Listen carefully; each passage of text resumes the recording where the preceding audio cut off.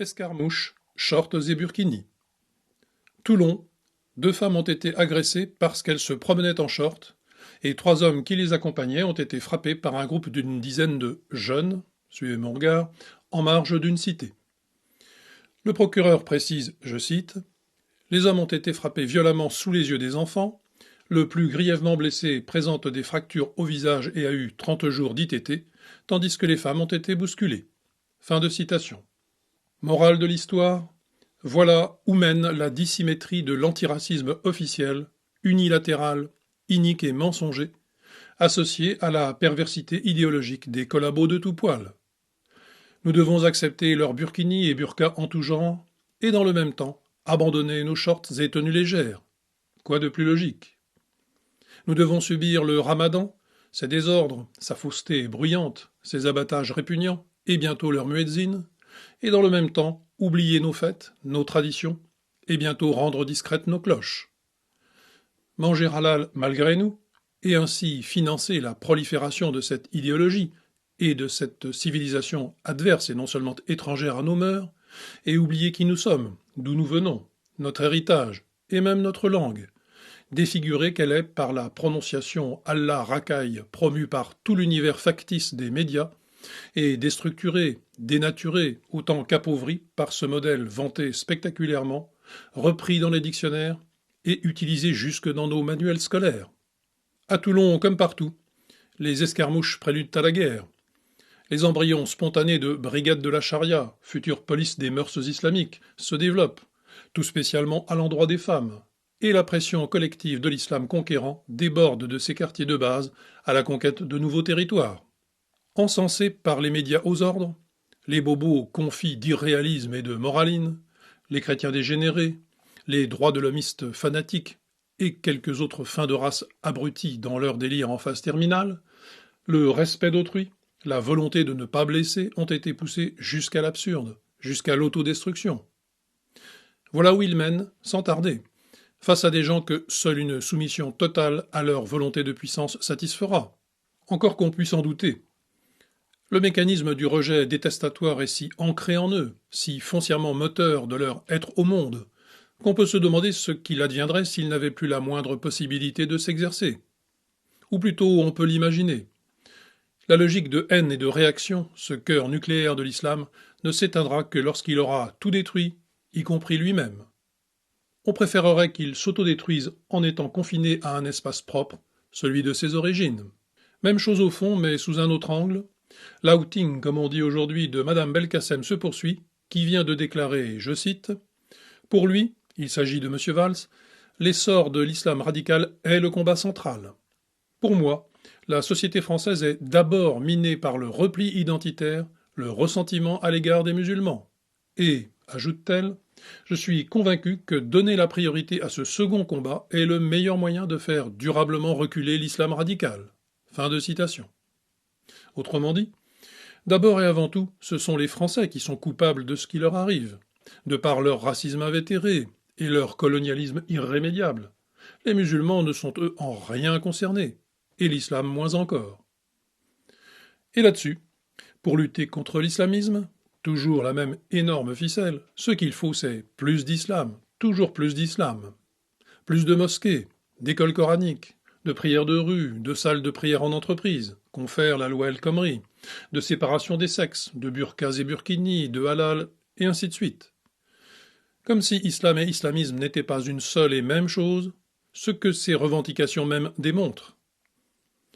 Plus il y aura d'attentats, de viols, de violences, de guerres, plus il faudra d'islam pour y remédier. Et plus il y aura d'islam. Cercle vicieux dans lequel on veut nous étouffer, et qu'il faut briser. Ce qu'il faut, c'est, comme le dit ouvertement Zemmour maintenant, désislamiser la France, de toute urgence.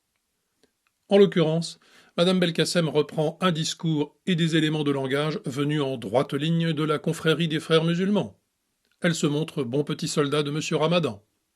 Elle qui a présidé avec gourmandise à l'achèvement des lambeaux qui subsistaient encore de notre école, et qui a entériné la pénétration de l'histoire et de la culture des vainqueurs qu'elle veut, celle de la civilisation arabo-musulmane, contre l'européenne abhorrée.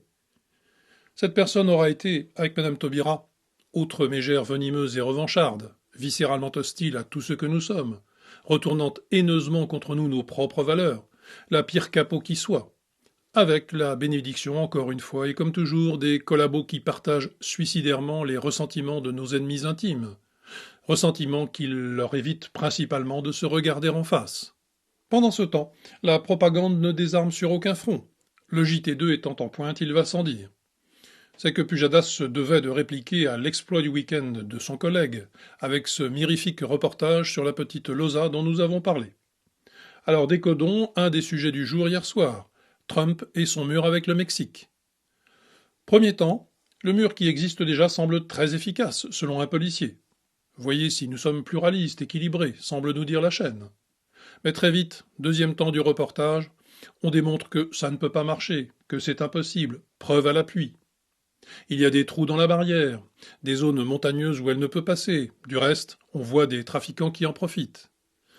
La technologie soudain n'existe plus pour nos journalistes, pas plus que le bon sens, mais peu importe. Ce qui compte, c'est de distiller de 1000 façons 2 conclusions. Première conclusion sous-jacente, Trump, comme tous les populistes, dit n'importe quoi. De rechef, suivez mon regard.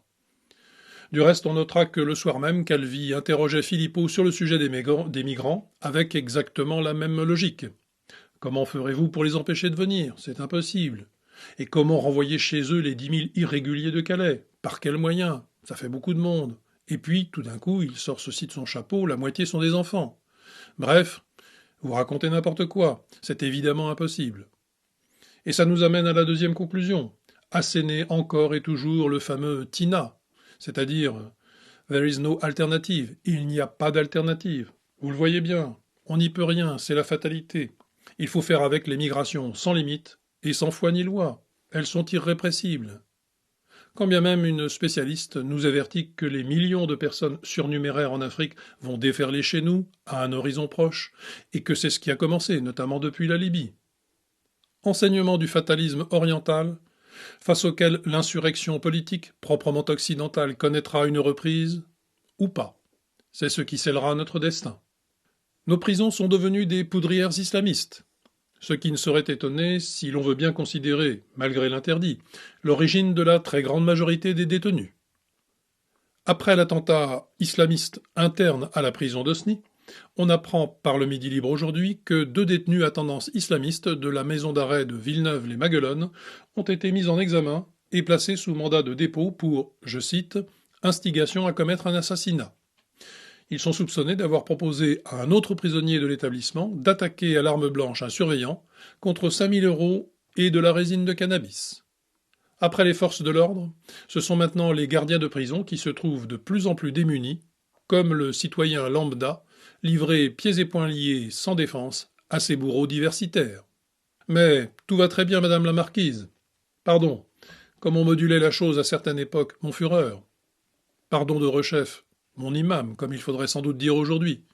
Et tout cela ne peut que merveilleusement se passer, et surtout très bien se finir.